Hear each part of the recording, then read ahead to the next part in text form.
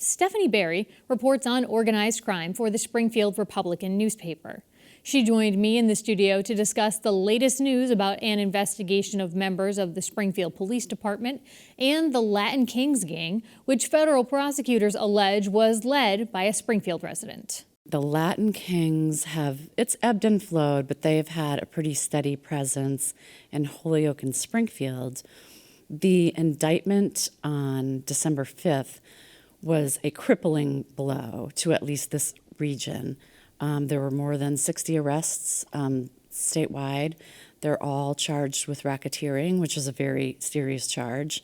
And the head of the East Coast Latin Kings is a Springfield man named Michael Ciccatelli, and he's 40 years old, and he has a history with the Latin Kings and previous convictions. And so, as you said, arrests were made statewide, but here in Springfield, Mr. Ciccatelli, how and why did this happen now? He pled guilty to a firearms charge in 2005 and was sentenced to 3 years in 2006 in federal court in Springfield and promised to clean up his act. He gets out of prison in 2009.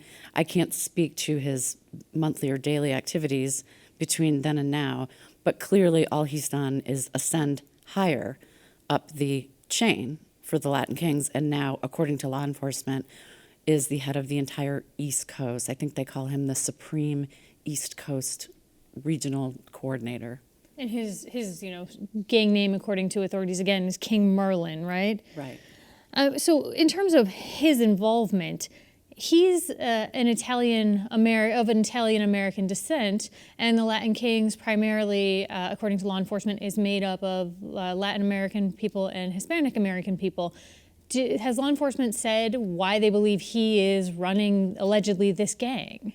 They have not spoken to that, but it is puzzling to those of us both in the media and in law enforcement. I mean, I don't have a clear answer for you, and I'm not sure, frankly, whether he is of mixed heritage, but I do know from our clips that when he was a young man in the 90s, he would come out to standouts for Latin Kings' rights, like, for instance, don't discriminate against the Latin Kings and Latin people.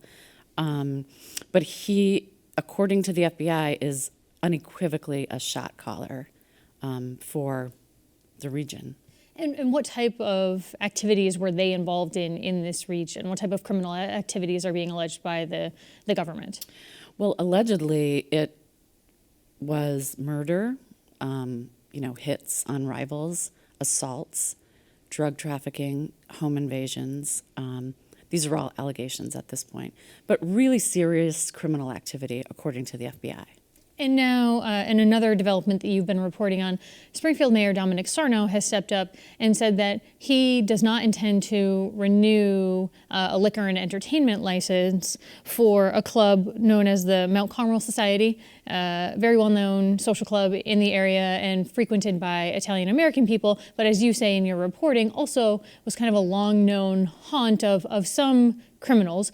Why is Mayor Sarno now saying that he's going to pull this license? I think you'd have to ask him that question, but I think it may have been a thorn in his side for some time.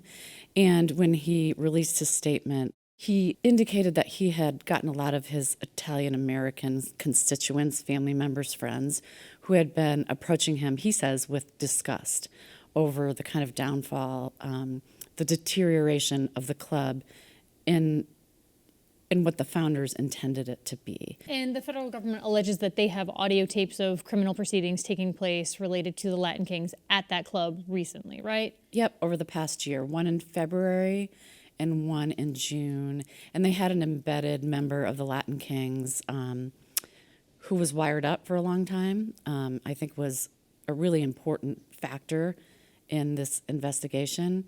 So via that way, they were able to record these meetings at the Mount Carmel Society. And so what's the next step for this case right now? So there have been, a slew of detention hearings. A lot of them won't get out on bail. It's just going to have to make its way through the federal system. There may be pleas. Some people may go to trial. Typically, if something is this large with this many defendants, ultimately the federal government will try to reach what's called a global plea for all of the key defendants, and that's usually a really difficult, arduous path. I want to talk about some other reporting that you've been following related to the Springfield Police Department. Recently, you reported that Steve Vignal, he's a former Springfield police officer, that his attorney has come back to court and asked the judge to dismiss a charge against him. Why? So as they near trial, I mean, these flurries of motions will kind of intensify. Because his trial is expected to happen this spring, along with Greg Bigda, another officer named in the case related to these two. Correct. Well, initially they were charged as co-defendants, but Shaun Allen, Steve Vignal's attorney, filed what's called a motion to sever, which the judge granted. So now those trials will be separate. There's not a date yet for either. But so Shaun Allen, Vignal's attorney, his argument is multi-layered. One, primarily he argues that Steve Vignal clearly started off as a government witness, a very valuable witness, and was treated as such. And so Allen argues the government duped Vignal into thinking he's on Team USA, and then suddenly another witness comes forward and he becomes a target after a couple of years of being under the impression that he was a witness for the government. Also, Shaun Allen is taking a lot of shots at the other witnesses against him now within the police department, and it's kind of too complicated to go over them one by one. And so he's arguing the government did him wrong and his former colleagues turned on him and are lying to save themselves.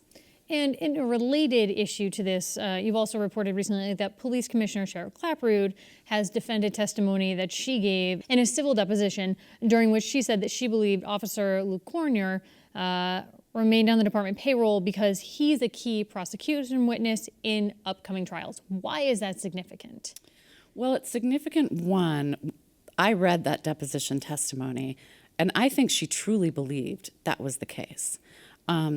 Secondly, so when the FBI circled back, when I reported that story, I don't think it made them terribly happy. So they circled back with a deputy chief and Commissioner Clapprood.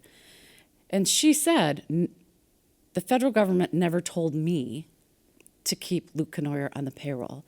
Well, that's probably perfectly legitimate because when Luke Cornier was transferred out of narcotics to the property room, that was under Commissioner Barberi. So I'm quite willing to believe that the FBI never told Cheryl Clapprood anything of the sort because she wasn't in that conversation then. Right. At that point in time, right? Right. But now the feds are making it very clear we never, asked anyone to slow walk, discipline. I sense there's some kind of disconnect somewhere among all these players over what that message was.